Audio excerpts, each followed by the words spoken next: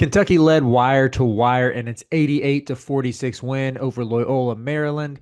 Look, we know this was a bye game. We know it's against a low major team. However, Dion, still good if you're a Kentucky fan to see your team just go out and dominate and do exactly what it was supposed to do following the loss to Michigan State and all sorts of questions that have surfaced in the past week. We got good games from the entire perimeter unit between Owe, Denzel Aberdeen, Colin Chandler, and then, of course, Cam Williams stepping into the starting lineup for the injured Mo Diabate. I thought Williams in particular, he might be the story in this one, finished with 13, 9, and 4. And even his passing, I thought sort of emblematic of the whole Kentucky team that finished with 21 assists on 37 made field goals in this one. A lot to like, some positives to take away. We'll break down some of Mark Pope's comments in the post-game presser as well. But Dion, I'll turn it to you first as the Cam Williams believer himself. What were your takeaways for this one?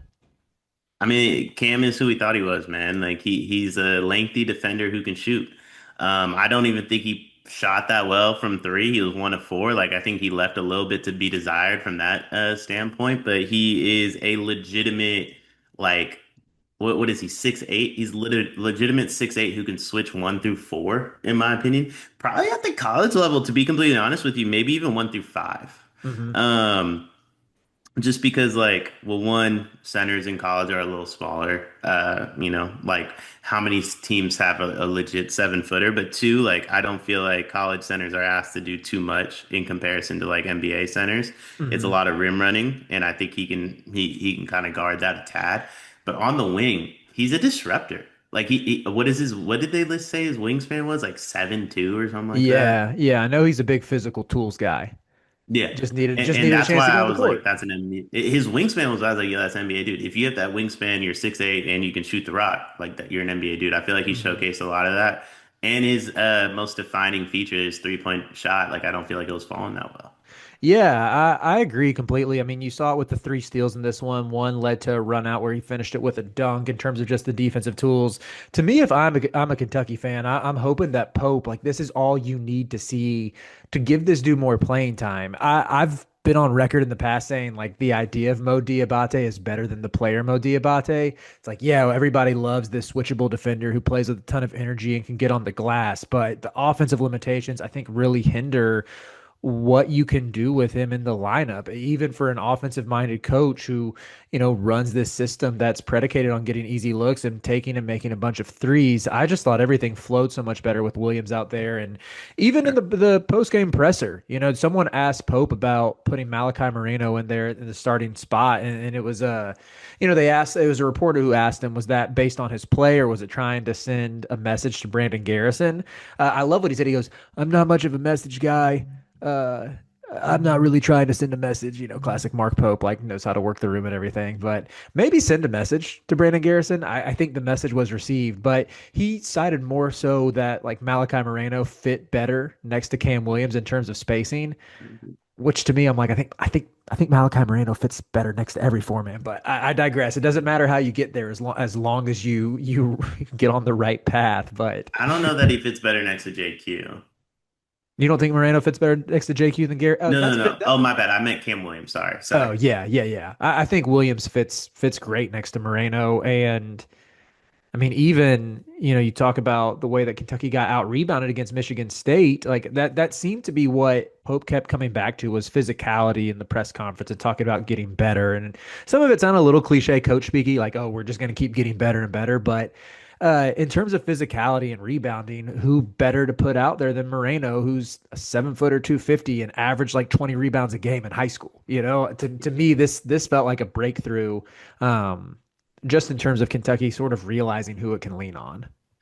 I think because of Moreno's size, you can do Cam at the 4, Hmm. right? Like another 6'8" guy in JQ probably makes it a lot harder to pull off, right?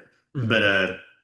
a legit 7 foot, 250 pound guy, like you said, who's going to bring down 8 rebounds, probably, even more rebounds, like if Cam wasn't cleaning up the glass a little bit. Malachi did a lot the Steven Adams thing a lot, where you just box out and let your wings and guards crash. Yeah. Um, or in Steven Adams' case, you just let Russell Westbrook crash and we pretend he gets triple doubles. But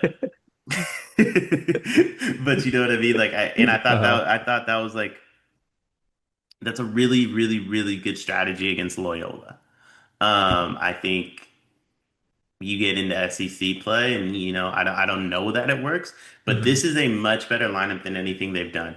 I think it was a more relaxed version of Kentucky. I think it was a more relaxed version of Mark Pope.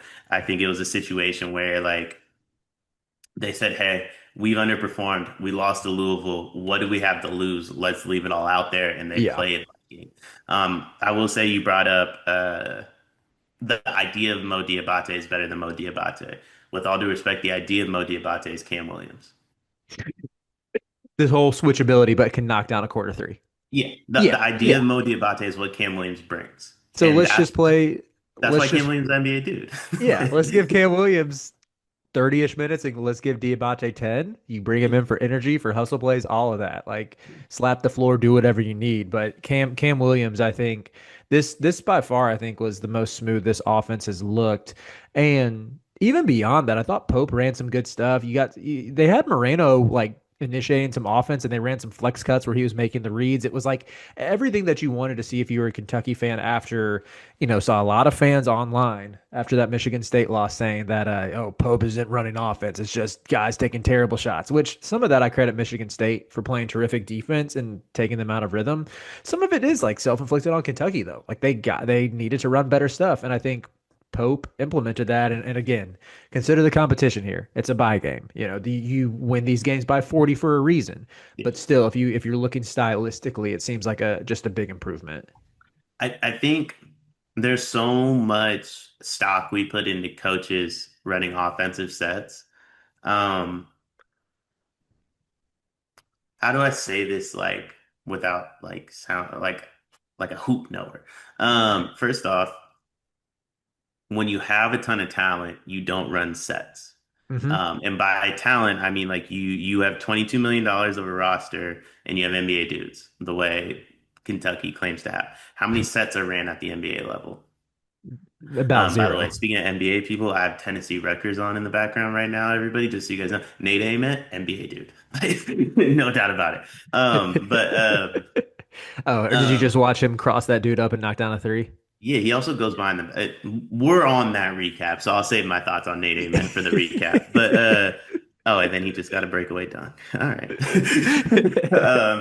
And then but when you have that level of talent, you're running sets to get people in spots. You're not running Mhm. sets to get shots up, right? You're running a set to get Cam Williams against somebody that he can take off the dribble. You're running sets to get Oweh matched up on somebody he can take off the dribble, right? It's kind of like to make a football reference, you're doing a bunch of pre-snap stuff to get Justin Jefferson lined up in the slot against a linebacker, and then you're just Mhm. attacking that matchup. Mhm. It's the same idea with basketball. You're not running a set so that you can get like for certain, oh, I have to get Oweh a look. Yeah, sometimes, especially out of timeouts, especially like, a sideline out of bounds, sure. But a lot of the times when these coaches run sets, it's like, okay, let's run a set, Braden TK pick and roll after the set's over because now we have the Oh. matchups we're looking for. Mhm. Now we have the spacing we're looking for. But the set is just to get people in the spots that you're looking for more often than not. Right. Yeah. I mean, I think that's what Pope is really good at and getting into the I agree. concepts to like attack and mismatch and everything. And I agree. to me, I think, when you look at the ball movement, that would indicate that guys are reading and reacting and sort of figuring out like what the play or what the set or what the action is designed to do. And you don't, I agree with you. You don't want to constrain your guys too much by calling a bunch of sets. You got to let them read and react and just be basketball players. And I think this Kentucky team, they got enough dudes who can hoop and are just cerebral guys to read a defense and know what Pope wants. And like you even think about last year with Amari Williams and how he would initiate offense at the top of the key. I got to think a lot of that wasn't scripted. It was like, oh, Right. this is what we do with Amari. We'll run a zoom action to get a good look for Kobe Bray or something, or bring Kobe Bray off of a pin down or a flare or something or whatever, and we let Amari make the pass. But that's developed just by those guys playing together. And I think as you're looking up and down this roster, I think this perimeter unit, like they just shared the ball really well together this weekend Yeah. and seemed to recognize who was hot and fed them, whether that was Cam Williams or Colin Chandler, who got right, hit three of his six attempts from beyond the arc. And yeah, I would say as a whole, I'd echo Pope. Not everything is fixed. We're gonna keep getting better, but it's nice to just see a win. It's Yeah, nice. It's nice to feel like you did what you were supposed to do and had the wire to wire win where you took the belt out a little bit on the Patriot League team. yeah. Listen. I mean, to go back to the sets thing really quickly, like I'm gonna bring Purdue up. Those are my dogs. Hashtag 3 units. But Braden's freshman and sophomore year, those Purdue teams, they ran sets to get shots, and ball pressure bothered them because they meant they couldn't get into their set. Now these Purdue teams, junior and senior year, Braden Smith, and I'm not saying Braden Smith like succumbed to the pressure. One of the greatest point guards, if not the greatest point guard to ever play college basketball. I definitely don't think that, but I just mean like the team as a whole. Now they're running sets just to like get into a free flow. Hmm. And when you're in that free flow, you're moving the basketball, you defenses don't know how to react and they can't apply pressure because they don't know what you're going to do. And that's why pressure gets to certain teams. And when I see a team that pressure gets to them, Duke, cough, cough, that's a problem, right? And it ends up biting you just the same way it bit Duke last year. But I would say, like, getting back to Kentucky, like, Pope does a great job, like you said, and they needed one, right? They just needed a game. Like, let's go beat somebody up really quickly. Let's remind everybody we're still Kentucky. Like, Hmm. we still have a $22 million roster. Maybe our 22 million is Toyota Highlanders instead of Rolls Royces, but like 22 million is 22 million. No matter what way you shake it up, we spent 22 million and we have a ton of talent. And by the way, the most talented dude is doing 2-on-2s now. So like, we're almost there. Can we, speaking of the talent, I want to like go back to the front court discussion with Moreno versus Garrison. So Garrison still played 20 minutes this game, came down with 11 boards, and Pope cited that again in the press conference when asked about like what you expected out of Brandon Garrison. He sort of gave a coach speaking answer about how some nights you're not going to start, but he responded and gave 11 boards. Um, how much of that do you buy? Like when he's saying, like, oh, this was just a better fit of Moreno next to Williams. Oh, Brandon, he still gave us 11 rebounds. How much of that do you buy as legit going forward that they still value Garrison versus just Pope saying what he needs to so that Garrison doesn't completely check out now that he's not a starter? I mean, I'm sure it's a little bit of both. Like this team does need Brandon Garrison, but that's just the way the roster was built. Hmm. So I do believe they need him. I do believe Malachi is probably the guy to start. Cam Williams is the one that like I'm curious what they do when JQ comes back. Do you stick with this lineup? Do you move JQ to the five? Is that too Hmm. small? Do you go super big with JQ and Moreno together? There's a lot of question marks there. I think Brandon Garrison's probably glued to that bench though, Hmm. because even if Malachi isn't the guy at the five, JQ like is then, right? Yeah. So like there's another dude on the way that I just don't think Garrison's better than. But with the way this roster was built, like yeah, like you're foul trouble away from being in that game, Brandon, and like you're It's gonna have fair. to do exactly what you did in this performance. And like if we're gonna be honest, the 7 foot, 250 pound freshman who like has some lateral mobility issues in Malachi Moreno is gonna commit fouls. And Hmm. JQ, who's coming off a torn ACL, is going to commit fouls. So you do need everybody on the same page. And I think you got a very inspired Brandon Garrison performance. And if he's never going to get 11 minutes and 12 or 11 rebounds in 20 minutes against SEC competition, but like if he brings the energy he brought tonight, I think you're very, very happy if you're Mark Pope.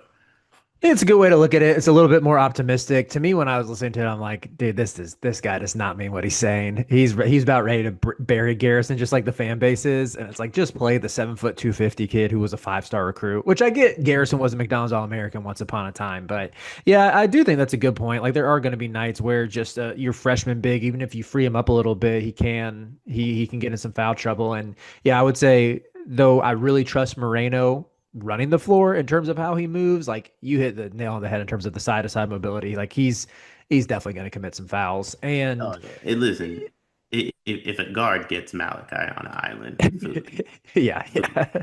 And like it doesn't matter against Loyola, but you go down to Arkansas, you go down. I think they play in Little Rock. No, they play in Fayetteville. Fayetteville, yeah, I'm correct. gonna say Little Rock anyway. You go down to Little Rock, and Acuff runs that pick and roll until he gets Malachi on an island. Like there's gonna be some foul trouble. I love that you're just trying to move an entire university to a town that is not. But yeah, we'll roll with it. Go down to Little Little Rock Rock and is see in what happens. Arkansas though, right? Correct. It's the capital. So you go to, yeah, see? Go down to Little Rock. A Cup ain't playing that. And I do think Kentucky is better than Arkansas, but like I don't know that like every game is going to be the Malachi Moreno showcase. Hmm. That's fair. That's fair. Yeah, I guess it is still good to have options depending on how he ebbs and flows as the season goes and just figuring out who he is as a player. I think the better question is, or maybe not better. I mean, the bigger question I would say is assuming that Quaintance comes back at some point, assuming Jalen Lowe is back at some point, is there like this is a team that we're already hearing the whispers of chemistry issues. There's a rift in the locker room, whatever. And maybe you brush that all off as outside noise. Maybe none of that is real and it is just manufactured message board fodder that naturally sort of bubbles up when you have two blowout losses. But I just wonder, like, are there guys like is it Jalen Lowe or is Mo Diabate? Are these guys going to check out if they're not in the starting lineup? Can Pope get them to buy in? Because it just gets really crowded there. Like if Williams plays like this, you can't take him out of the lineup. Maybe you bring Colin Chandler off the bench as like you're like, oh, he's the program guy. He's stuck with Pope from when he was first committed to BYU and followed him to Kentucky, and they have like the Latter-day Saint connection. Um, and that's maybe you ask him to sacrifice or something. But yeah, that is the big question here in terms of like, are there any egos that Pope is going to have to manage as he integrates people back in, or is it just always going to have someone like injured and out anyway? Yeah, I mean, that's a good point. It feels like they'll never have health anyway, so So maybe it doesn't matter. I guess yeah, I guess it doesn't actually matter.